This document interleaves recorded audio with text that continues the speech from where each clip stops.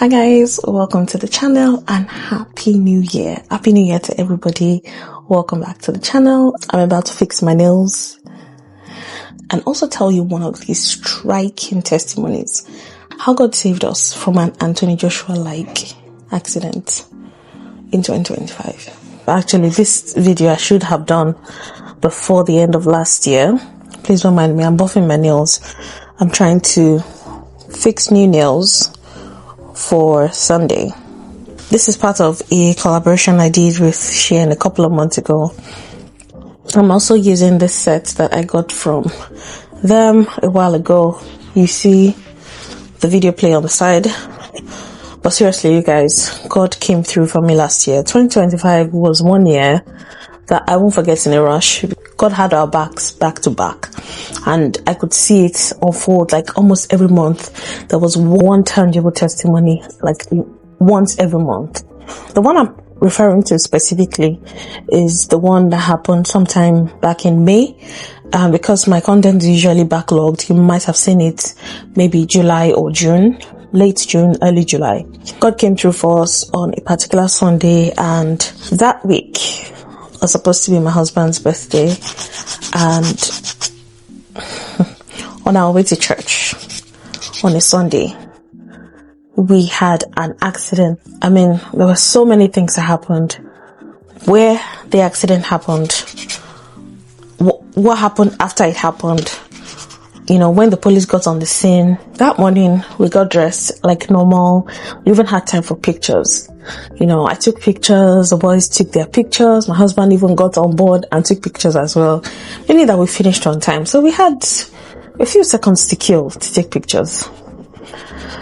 And just like normal, we got on the road and we started moving.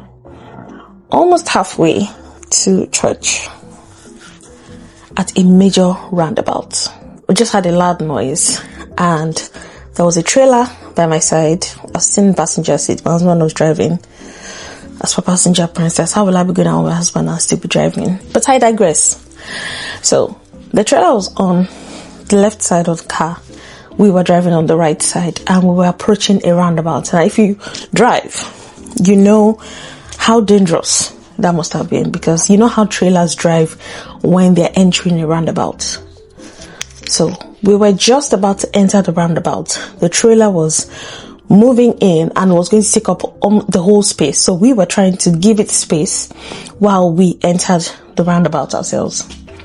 Now, at the point of entering the roundabout, that was when we heard the sound and a loud screech, like a horrific loud screech.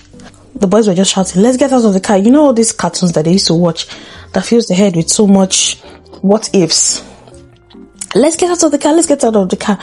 In my head, I just shouted from nowhere, you know, African mother. I just started shouting, Jesus, Jesus, Jesus, because I was the one sitting close to where that trailer was.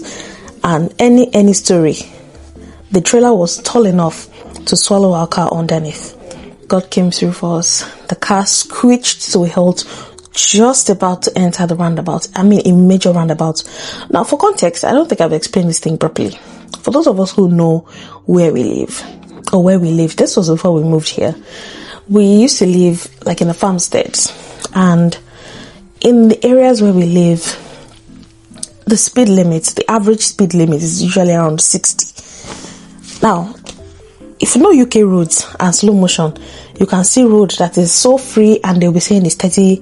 The average speed is like 30. We live where 60 is the norm. Like people are speeding, like the road is so free, so wide. But thankfully, this one was a wide expressway, major expressway. If not for confidentiality, I would have mentioned the exact spot so that you guys can have an idea of, you know, where it was.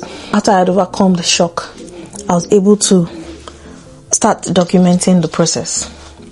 Now, when this happened, people driving by us were just telling us, calm down, because obviously on the highway, once you have an accident or you have to stop for any reason like that, it's not advisable to stay in the car. And this was Like, winter was going and spring was just setting in, and it was still a bit chilly. I didn't come with a jacket because I didn't think I would need it, because we are taking the car. They told us to come down, obviously, because we had children in the car as well. We got down from the car, and all I was just saying was, thank you, Jesus. Thank you, Jesus. Thank you, Jesus. My boys were so shaken up. They were so scared. And this is something I didn't feel comfortable talking about when it happened. Like I said, this happened back in May. And you might be thinking, why am I talking about it now? Well, now I feel comfortable talking about it because when it happened, it was still a bit raw, and I'm not the kind of person to set up my ring light and start talking about something while I'm going through it. No, that's not me. For those who know me on this channel, I process my thoughts before I come on and talk about it. So I feel a bit more comfortable to talk about it. Besides, I'm still in the euphoria of Thanksgiving for 2025, going into 2026, and how God came through for us. Now, when that happened, we had to come down because of safety issues and all of that. We got down eventually, and we're told to call the police and also call our recovery vehicle, and that's with the insurance company that we were registered with. So we called them, and they told us, because it's a weekend and we have a lot of call outs, it might take so and so minutes, but it could be more or less depending on availability of the driver. In my head, I'm like, well, okay, it shouldn't take too long, right? I was so wrong. The police got there first, and the policeman that got there, thankfully, was someone who was level-headed, and just asked what happened, tried to examine the car to see if he could move the car to a safer spot and just get us situated while we wait for our recovery vehicle. Now, while this was happening, he realized that he couldn't move the car because it looked like it was a more technical issue. So he told us to hang around in his police car. My dear, when I heard that one, I wanted to first say, oh, thank you. We just, it's better we stand here, because anything that will make me enter police car, I didn't actually want it. But he offered, and because my boys were cold and he could see that they were shivering, he offered that we sit in his car while we waited for our recovery vehicle. And he was so polite. I don't know where this man is, or if he's a real policeman or it was an angel on assignment that day. We got in the car, and I was trying to get my boys to ease up a bit. So I brought out my camera and I started filming. And my baby boy was so quick to shut me down. He said, I don't think you should be filming. So I had to stop. When things like that happen, even children, they will get wisdom like instantly, like very, very quick. So I shut it down, and just try to talk with them. We're fine, we're just trying to get help and everything. And after a while of waiting, the few minutes that was told to us by our recovery company, I'm not going to mention their name, turned out to be hours after, like 2 hours of waiting, and we had heard nothing. Now, this police car was parked right behind us, and he was providing covering for us while we waited. He had waited for an hour plus, because we had waited for the policeman for over an hour, close to an hour before he came on the scene. And then he said, he's going to have to call the office and get their own recovery van, and then wherever they take the car to, we're going to have to, pay a recovery fee to get our car back, and talk to the recovery guy if he can take it to our place, but he just has to get the car out of the spot. We tried to beg him to please just wait, that we've called the recovery company already, and they said they're on their way, they'll be here as soon as possible.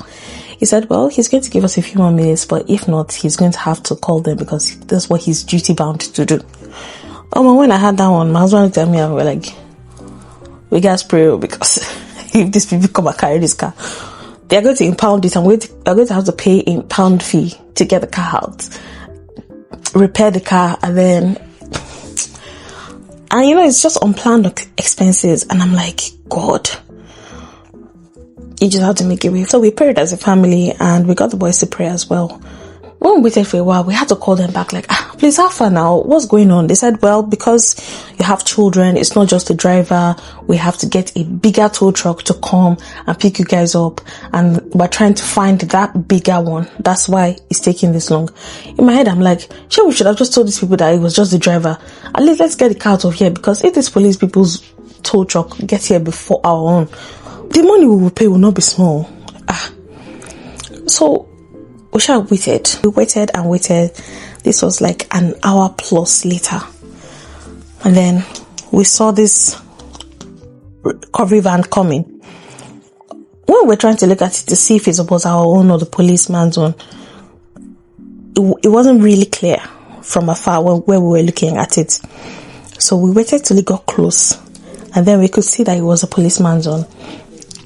And he got down from his car, like the policeman got down from his car and was trying to tell the van to come around and come behind us so that he can move the van. From nowhere, you guys. That's how our recovery van just came, overtook the policeman's one and started setting up.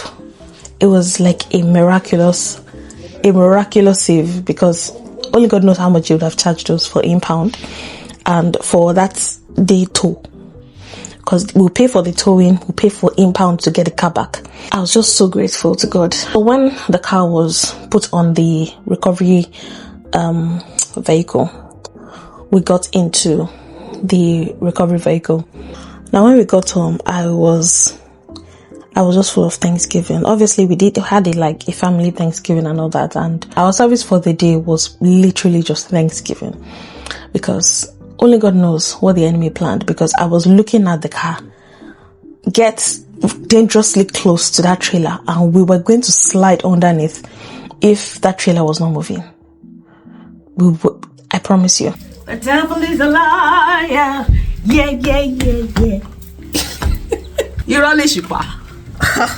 What the enemy meant for evil, God has turned it around. God has turned it around. This testimony is thick, it's full. Trailer like this, roundabout like this, busy roundabout on the express. God is good. God is good. Ènìyàn ìbá ti gbé mi o, bí kò ṣe wá Ọlọ́run tó lágbára, ayé ìbá ti gbé mi o, bí kò ṣe wá ọba tó ń jà fún mi o. A couple of days, it's a huge celebration in this house. In a couple of days, it's a big celebration. It is well. Thank you, Jesus. You see the smile? It's dear to annoy the devil.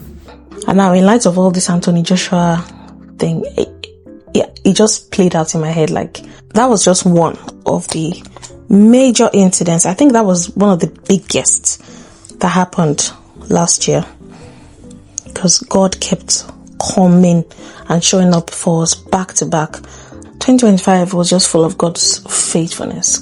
We're just riding on grace. God was so faithful. He was so merciful. Numerous occasions, so many that I cannot even share. Anyway, you guys, these are my nails.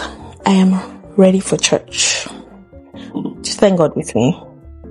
You guys, that's my testimony. I will see you guys in my next vlog. Remember to like, share, subscribe. May this year 2026 be filled with Thanksgiving for every single one of us.